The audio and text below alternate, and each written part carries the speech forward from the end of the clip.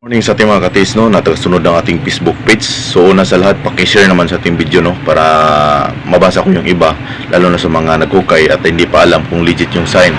So itong sign na to, no, marami kasing nalilito ng mga ganitong sign. Marami nagsasabi niyan is letter Y daw. Pero para sa akin, no, kasi maraming nakakakuha ng ganyan, hindi po yan letter Y. Ibig sabihin yan, deposit on here. Ibig sabihin, dyan lang malapit. So ibig sabihin, dalawa lang ibig sabihin yan, sir. Diyan sa bato na yan, under or sa harapan niya, no? Kung mayroong malaking bato na katabi niyan o malapit, siguro nasa mga 10 or 15 meters, basta malapit lang sa kanya, no? So ibig sabihin, diyan po nakabaon ang deposito. No, maraming nalilito talaga diyan sa mga ganyang sign. So tandaan niyo talaga, iba yung letter Y at iba yung meaning ng door, entrance, no? Entrance to hukay or deposit, entrance to tunnel, no? So sa mga ganyang sign. So mayroong nakakuha niyan dati, siguro umabot siya ng 27 feet dati yun. Pero hindi ganyan kalaki yung guhit niya, mas maliit, medyo maliit kasi parang 1 feet yun, 1 feet lang. Tapos ito mas sobra siguro 1 feet. So tandaan lagi yung sign ay ganyang sign, diyan letter Y, diyan sapa ang ibig sabihin niya, no? So salamat and God bless and good morning. Good morning, no, sa ating mga katis, ito po si Mindanao Hunter Sign, no? So pag-share naman sa ating video sa ating mga katiit natin dyan, no? One share lang at least na makita ng iba, at least masin lang ng sign at makatulog tayo basahin yung kilatisin yung mga sign nila, at least makilatis natin, no? So kumusta na kaya si sir, no, na nakakuha nito? Yan, yung dalawa na yan. So dalawang meaning yan, eh.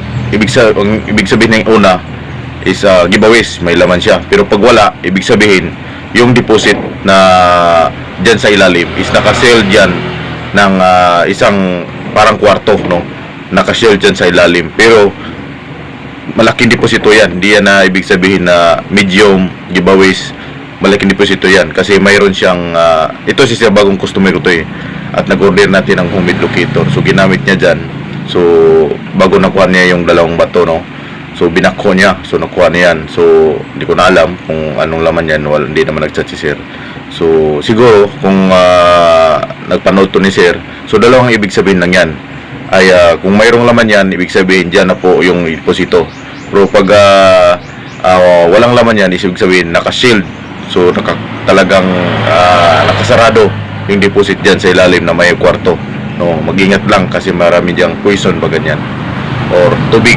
Basta dalawa lang yan, poison sa tubig. So napagaganda yung nakuha niya, no? So binako niya mga 30 feet ata yan nakuha. Basta malalim-lalim na yan. Salamat and good morning. Alino sa ating mga katis dyan sa nag-PM sa akin, no? So hindi ko na matandaan na gayong i-connect sa Tesla. Ito available na tayo. So isa lang pieces, 1 pieces lang, no? So kasi 4 pieces lang ginawa. So ito lang ang available, no? Wala na pong iba.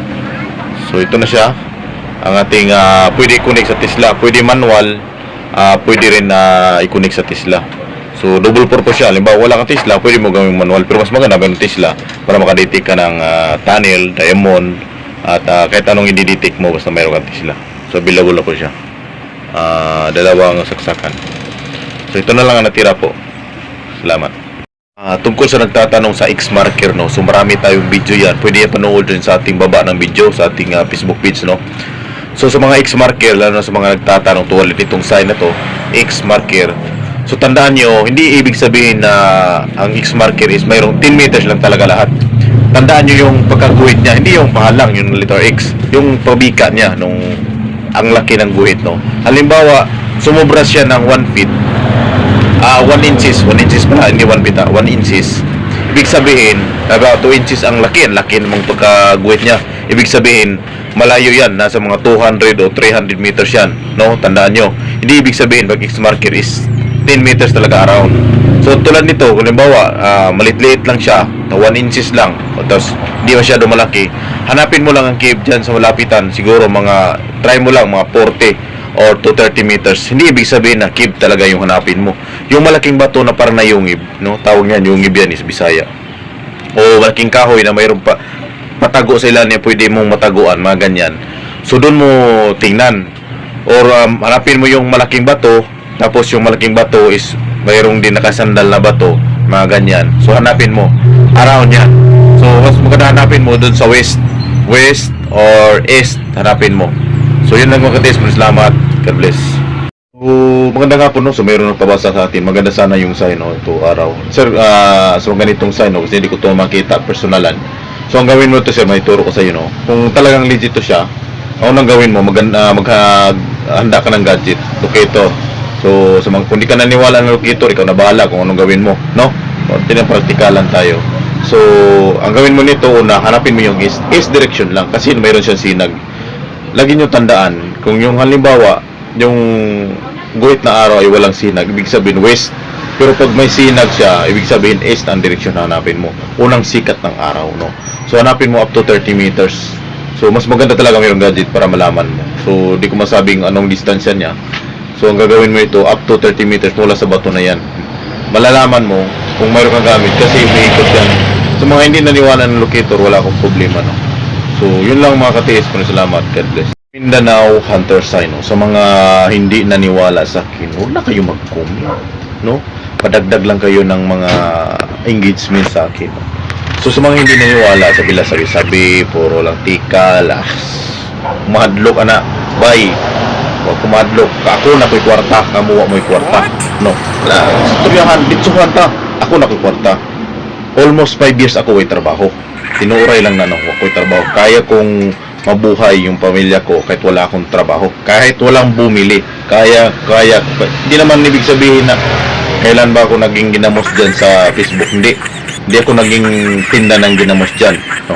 Kaya ko mabuhay kahit walang trabaho, no? Sa mga nagbabasa sa akin na naniniwala, huwag na kayo mag-TH, magtrabaho muna kayo, labor dami dyan, no?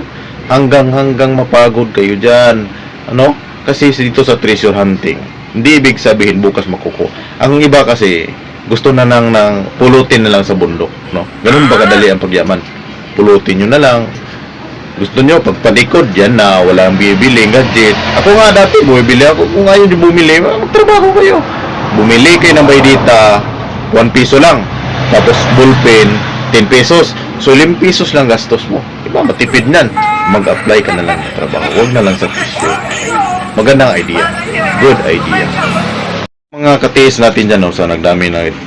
Ngayon ko lang kasi nag-scroll sa ating Facebook. Kasi sa sobrang di-decode ko, nag-scroll ako sa Facebook. Binabasa ko yung nag-visit. May nag-visit pala dun.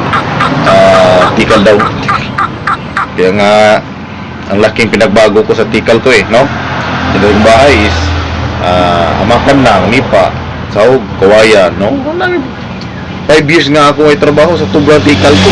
Kahit na wala akong trabaho, okay lang. Kahit anong bili, okay lang. Bakit? Araw-araw kong bumibili kahit anong bibilhin ko. Yan mga tikal, no?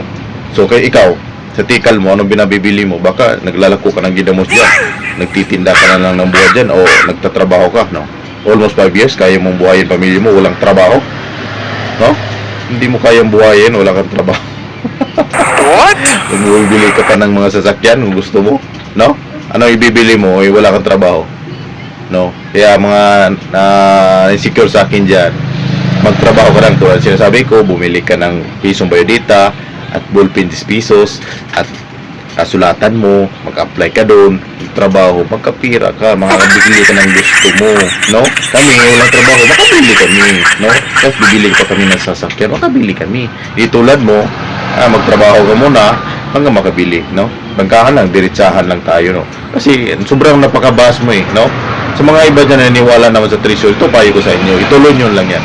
Ituloy nyo lang yan. Darating ka talaga, mapupunta ka talaga dyan, no? So yan may payo ko. Daming ako, dati di ko akalain na pupunta ako nito, no? Kasi dati hindi rin ako naniwala tulad nyo. Pero malaki pinagbago. Salig lang sa taas, bye. Yan ang pinaka-importante. So sa mga nakabili ng mga gadget dyan, no? Sa mga kung saan nyo nabili, so itanong nyo, no? Ito maging advice ko sa inyo, no? Itanong nyo kung magdidikod ba sila, no? Kawawa kasi yung iba So magdidikod man yung iba. Mayroong mga akong nakikita dyan na magdidikod. So itanong nyo muna, sir, magdidikod ka ba? Tulungan mo ba ako hanggang makakuha ako?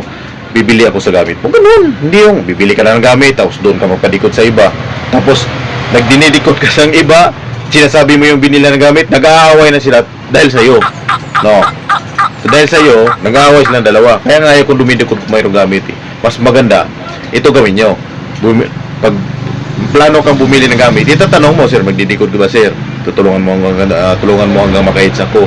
Para naman, mapanti ka sa pagbili ng gamit kasi hindi yung para Shopee. Pag binili mo ng Shopee at magpaturo ka, di si Shopee didikod sa'yo. So, napakasayang yung binili mo kasi yung Shopee. Hindi yan nagdidikod sa'yo. Kailan ba si Shopee nagdidikod? Sayang yung pira mo. Kaya tulad ng nakabili sa Shopee, sayang pala nito. Hindi ko magagamit. Nakabili siya ng Black Hawk. Black Hawk yung binili niya. Magkano bili niya? 27,000 o 40 ba yun? Basta nakalimutan ko na. Kasi dami nagbisi sa akin. So nakabili siya ng Black Hawk. So sayang yung Black Hawk niya. Ang ginawa niya Black Hawk niya, binuksan niya. Sus, hindi pala nakakunik sa antena. Sabi ko sa inyo, sayang pira mo, ang laki, tapos hindi pa nakakunik. Hindi pa nagdidikot si Shopee. Paldo si Shopee.